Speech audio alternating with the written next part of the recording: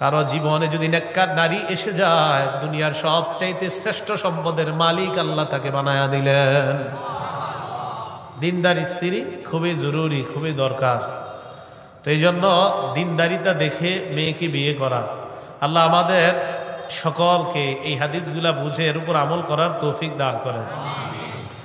বিয়ে করার পর এবার আপনাদের সন্তান আসবে দুনিয়াতে।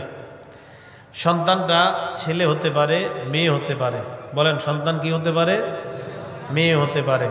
সন্তান ছেলে হোক মেয়ে হোক, এটা আল্লাহর পক্ষ থেকে নেয়ামত, ঠিক না? এটা আল্লাহর পক্ষ থেকে নেয়ামত। তো আল্লাহর পক্ষ থেকে নেয়ামত, এটা ছেলে হোক মেয়ে হোক, শুকরিয়া আদায় করা। মুসলিম শরীফের 2999 নম্বর হাদিসের বর্ণনা। ক্বালা রাসূলুল্লাহ সাল্লাল্লাহু আলাইহি ওয়াসাল্লাম, নবীজি বলেন, আজাবান লি আমরিল মুমিন, মুমিনের বিষয়টা বড় আশ্চর্য। ইন্না আমরাহু কুল্লাহু খাইর, মুমিনের পুরাটা বিষয় কল্যাণ আর কল্যাণ। মুমিনের জীবনটা কল্যাণ আর কল্যাণ। এর মানে মুমিনের জীবনের সুখ এটাও কল্যাণ, মুমিনের জীবনের দুঃখ এটাও কল্যাণ। এটা আবার কিভাবে কল্যাণ? ভালো করে বুঝেন। ইন আসাবাতহু সাররা শাকারা ফাকানা খায়রান লাহ, মুমিনের জীবনে যদি কল্যাণ আসে, মুমিন শুকরিয়া আদায় করে, এটা তার জন্য কল্যাণ হয়ে যায়।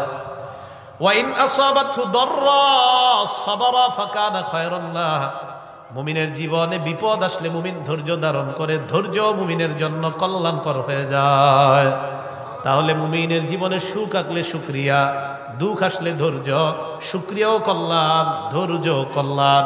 বলেন, শুকরিয়াও কল্যাণ, ধৈর্য কল্যাণ। তাহলে মুমিনের জীবনটাই আশ্চর্য। মুমিনের জীবনে সুখ আসবে, মুমিনের জীবনে দুঃখ আসবে।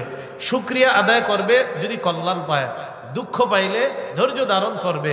নবীজি বলেন, সমস্যা নাই, শুকরিয়াও তোমার জন্য কল্যাণ, ধৈর্য তোমার জন্য কল্যাণ। মেয়ে হইলে চেহারা কালো করা যাবে না। বলেন সবাই, মেয়ে হলে কি করা যাবে না? সূরা নাহলের 58 নম্বর আয়াতে আল্লাহ বলেন, ওয়া ইযা বুশিরা আহাদুহুম বিল উনসা যাল্লা ওয়াজহুহু মুসওয়াদ্দাও ওয়া হুয়া কাযীম। তাদের মধ্যে যদি কাউকে কন্যা সন্তানের সুসংবাদ দেওয়া হয়, কিছু মানুষ আছে এমন, তাদের চেহারাগুলা কালো হয়ে যায়,